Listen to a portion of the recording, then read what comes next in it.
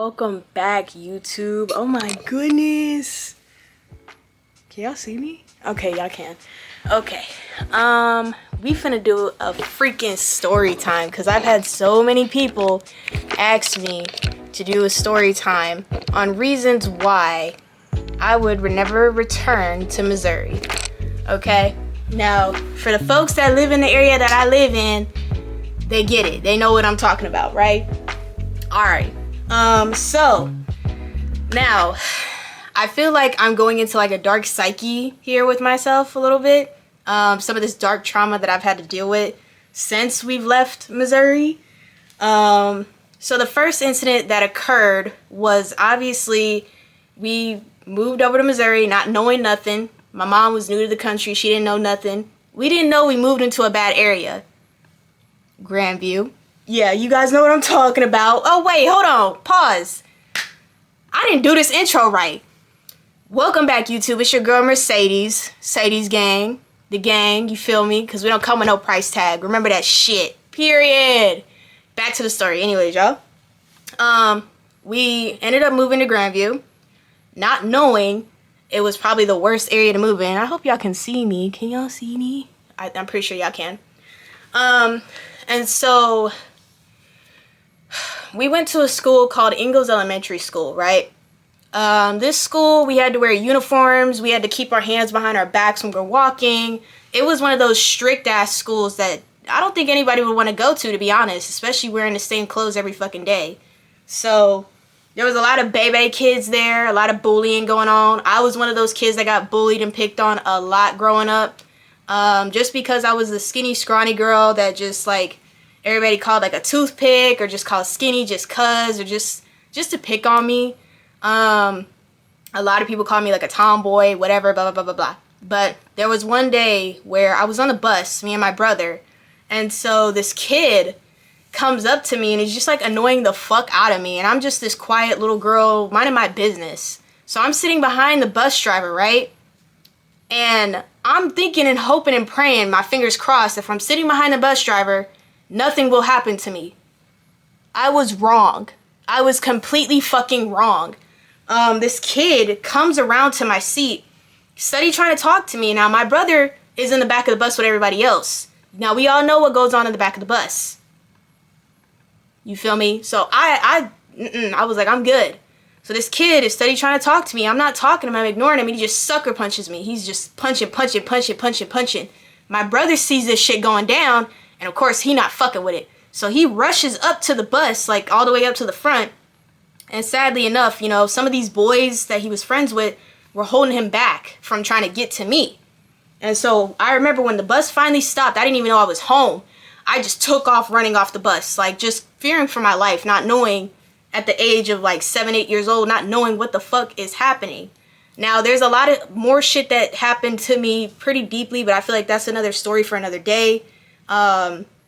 Plus, I don't think that's a story I would want to share anyways to the public. So, but the point is, when my mom see me get off that bus, dude, she looked at me and she was like, what the fuck happened to your face? And mind you, this was like 3 months in. I had just started. It was only 3 months into school. Like, it wasn't even wintertime yet. Summer had just ended. So she's over here looking at me with rage in her eyes. When I tell you, if you have a Caribbean mother or Caribbean parents, even just black parents, when they give that look, you know they about to fuck some shit up. So I thought my mama was going to go grab a gun, go grab a bat. I don't know what she was about to do next, but I was terrified. I couldn't even speak. My whole entire face was just swollen. Just this little girl, this swollen face, just having a bad day, you feel me? And so she gets up on the bus and she's trying to figure out who did this. And she's cussing out the bus driver because she was like, she was sitting right behind you. How the hell did you let this happen?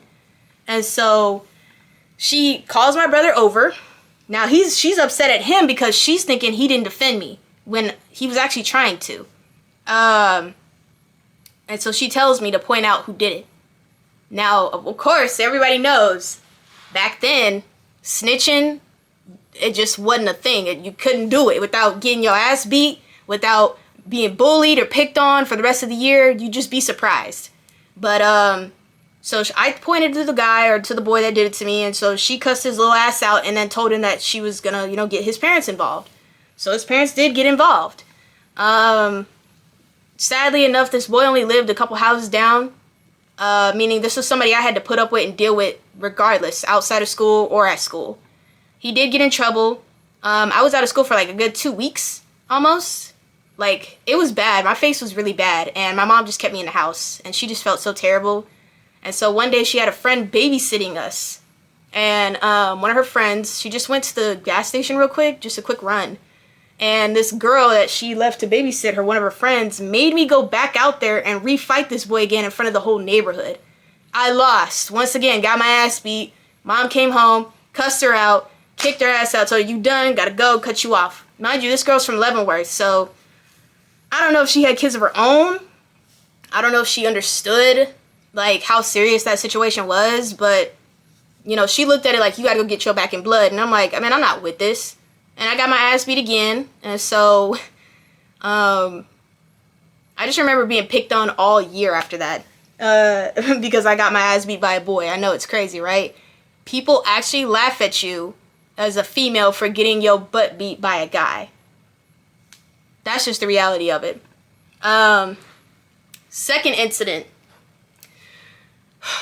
After that whole thing went down with that boy, I'm pretty sure my mom and his family got into it, obviously. And so after a while, like once things kind of cooled down, we got a bit, what was it? It was a brick thrown at our window. We were living in this beautiful, lovely ranch house. So we had this beautiful window where you could like see everything. They couldn't see inside, but we could see everything. And so somebody threw a brick. And we were pretty sure that that was some type of warning or some type of sign. You gotta understand, we were living a pretty good life. Financially, we were good. My mom, we just moved into a new ranch house. Beautiful big house. We just bought a dog. She just bought a new truck. So everything was on deck. It was just the neighborhood itself. And so we kind of knew that brick was a warning. We didn't know exactly what that meant, but we knew like there was some type of war started. I'm not sure, but it was just me, my mom, and my brother. So, I mean, what can you do to a mother and 2 kids? You feel me? But the worst incident that actually happened after the brick was thrown through our window was a couple days later. My mom invites some friends over. And so some of these friends are, like, maybe 1 or 2 of them are from the neighborhood, like, that are actually so-called good people. And so, of course, now, you guys have to remember this. This is a big part of the story on this one. My mom used to carry or have a chef knife under her couch comforter, right? Her little, like, the little thing you sit on when you're sitting on a couch. She had a big chef knife under there. And so she always kept it there, but we never knew about it. But until we got till we got a little older. But we knew that there was something she was hiding under the couch. We just were told not to touch it, not to look at it. That's that. So one night, after she invited her friends over that day, it started to get dark out, and she told us, she was like, hey, I think all of us should have a movie night in the living room. Now, me and my brother are looking at each other like, mind you, we're 7, 8, 6 years old. We're looking at each other like there's something ain't right with this situation. When was the last time we ever had a movie night in the living room? Let's just keep it real. And so, me and my brother knew off the rip that there was something off. Something was wrong with our mom, because for her to just gather the family like that, it's like, okay, something must be up. So we knew something was wrong, but us being kids, we didn't really like think too deep into it. And so, we made our little pallet, whatever, to sit on the floor. My mom slept on the couch. And so we watched the movie. We had a great night. We all had laughs and giggles. Everything was great until the middle of the night. I would say between midnight and 5 in the morning was when shit was really starting to take off. So we all fell asleep, right? I woke up.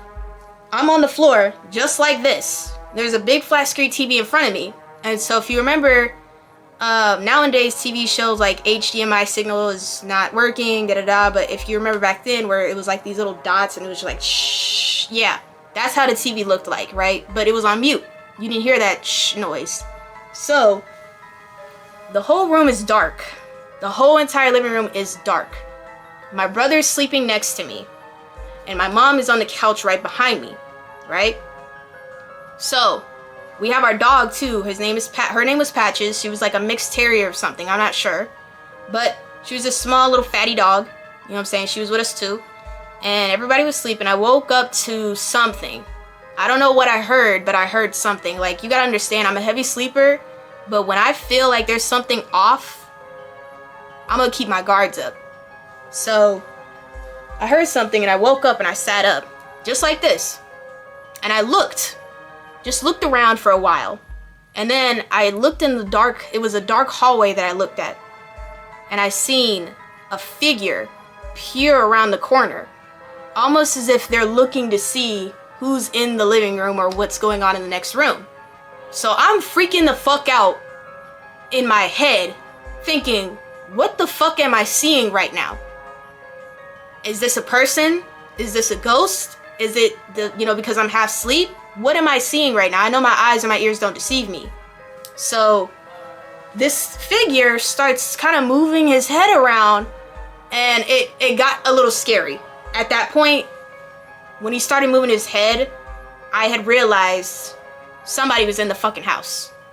And so as I'm sitting there watching this figure move his head around, just fucking taunting me, I'm over here like, Ma, like, where are you at? What the fuck? And so she whispers in my ear, she said, I'm here, and I see what you're seeing. Don't panic, and don't move. Somebody's in the house. So as she's trying to look for her knife while this person is like, pretty much like, almost like coming towards us, she's looking for her knife and she's freaking out because she can't find the fucking knife. And I'm like, oh my gosh, we are fucking done. And so at the last second, when this person starts running towards us, all we see is a black hoodie and no face at all. We don't see nothing but a big body-figured man running towards us with a black hoodie on and no face. We can't see no face. And at this point, we start screaming. My brother wakes up. He starts to freak out, like, who the fuck is that? And my mom was like, Patches, sick him. And so our dog goes chasing after this dude. And I don't know if he realized we had a small dog, but our dog was blessed with a big bark. Like one of those barks that'll make you think it's a big ass dog and you're gonna fucking run. So he takes off. Patches is chasing after him. He takes off out the way he came in, which was my mom's back window, in her bedroom.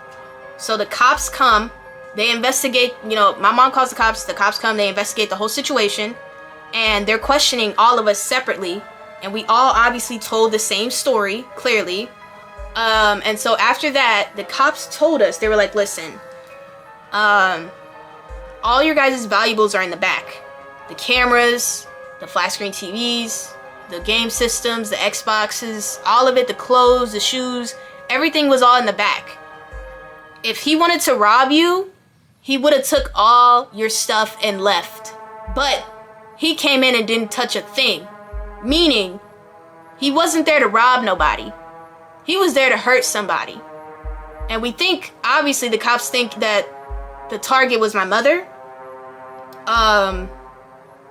And they also felt like due to these last couple of incidences that's been going on in the neighborhood, especially with us being involved, that led up to that. And probably somebody got tired of our shit and wanted to take us out. Honestly, and I wasn't surprised by what the cops said because I even noticed all of our shit was still there. All our valuables were still there. I'm like, this guy didn't rob us? Then why was he here? And so, yes, the cops told us straight up, like, hey, he wasn't here to rob y'all. He was here to hurt somebody. You guys are very blessed tonight that, obviously what does dog spell backwards? God. So God was there with us that night because if it wasn't for our dog, we probably would have seen our mother and it probably would have been us next too. Because we were witnesses to it. And we were old enough to understand what was happening and be able to tell the story. After that, the cops decided, they couldn't just stay outside of our house to watch or anything or like that. So they would send a cop every hour to check in at our house to make sure we were okay, to make sure nothing else was happening, any of that shit. Now, my mom was allowed, by law, she was allowed to cut the lease early because of that situation. We were not safe. Once again, this is 2 kids, 6, 7, 8 years old, with a mother, just herself. My dad's not in the picture. You know what I'm saying? He can't protect us right now. Or at least back then when it happened. So, we ended up leaving. We ended up moving within like 2 weeks. It was very fast. Like, she made sure she got us out of there very, very quickly. And the people couldn't say anything to her because we almost got sent to God. Let's just keep it real. We almost got sent to God that night. So, those are my reasons as to why I would never, ever, ever, ever return to Missouri or live there. Now, if I have to go over there to handle some court stuff or handle something involving family, that's fine. But other than that, I will never ever go over there to move over there. Nothing, this or that, nothing. Now, disclaimer, warning, this is not no threat, or not a threat, but it ain't bashing no type of state. You know what I mean? I'm not bashing nothing. If anything, I'm just telling y'all my point of view, my story time, and what happened to me when I was there. And what happened to my family as well. We did not have a good experience at all. And I guess I just thought I'd do a video on this because I've had people from my past that were, you know, there was somebody that had hit me up that was there during the situations that had happened. A homegirl of mine that was on the bus that same day when I got punched in the face, like, hit me up years later. And she even had a couple questions for me to, you know, answer on video. So I think her first question was for me was, what lessons did I learn out of all that whole entire situation? And what lesson did my family learn as well? So what I learned out of that whole situation, if anything, is to keep my fucking guard up. Keep my guard up. Don't let people know where you lay your head at unless they're super close to you and you trust them. And even if it's always even the close ones that you shouldn't trust either. But, you know, because you never know if they gonna do you dirty. You just don't know. It's always the closest ones you want to watch out for. Yo friends, yo boys, yo homegirls, they be the first ones to fuck you over. But, like I said, out of that whole lesson, like I said, I learned to stay protected, stay on guard, stay on watch, and don't be stupid. You know what I mean? And I learned all that at the age of 7 and 8 years old. Like, I remember for a while, my family, we all couldn't even sleep in the dark after that. Because it was so bad. And my family, I'd say the same thing for them. Keep, you know, stay on guard. You know, stay 10 toes down. Watch your surroundings. Make sure you lock your doors, lock your windows. That's a big one, locking your windows. That was the first mistake my mom made during that night. She didn't lock all the windows. So, just stay on P. Just stay on watch. You know what I mean? That's really the lesson I learned. Don't fear nothing but God and God only. That man did put a lot of fear in me for a long, long time. Like I said, there's a lot of things I've seen. And that's just 3 of the stories. 3 of the stories y'all have heard about, you know, me living in the hood and what it was like. I lived in Detroit before I decided to move over here. You know, I'm not in Missouri no more. But like I said, I don't, you know, can't get caught lacking. So, but I've lived in the hood twice. I've lived both lives. You know, living in the suburbans and living in the hood. And I'm telling you, it'll make you street smart and book smart. Going through those type of experiences. I'm just very blessed and glad that me and my family are here to tell the story. Because till this day, and that's funny. At the end of the whole story, especially that whole break-in, they never found out who did it. Till this day, we never found out who did it and what they wanted or what their motive was. So, I hope y'all enjoyed the video. I hope y'all enjoyed the story time. I just decided, something just told me to just kind of get up and just do a video like this. I don't know if a lot of people do this where they tell a point of view or story from another state that they were from or that they went to. I've seen a couple people do it. But, you know, I don't ever see too many videos like this. So I thought I'd just go ahead and do a video and upload it. I hope y'all really do like this. I don't mind doing a couple more story times because I got so many stories to tell. Funny stories, horrifying stories, funny stories, all of it. So let me know if y'all like this type of content and I'll give y'all more. Anyways, Sadie's gang. The gang. I hope y'all enjoyed this fucking video, because man, you know how hard it is to talk about this type of shit? Like, this is stuff I still deal with to this day. The PTSD, the trauma, all of it. It still fucks with me a little bit. So, but once again, I'm really glad I'm doing this whole journey on YouTube. And I thank anyone and everybody that supports me on this journey. I love y'all. And we gonna build this family and this community. We gonna get this shit right. So, please like, share, subscribe, turn on your bell notifications. Show some love if you want to show some love. If you don't want to, it's all good. Sadie's gang ain't gonna be butthurt. And I'm gonna catch y'all later.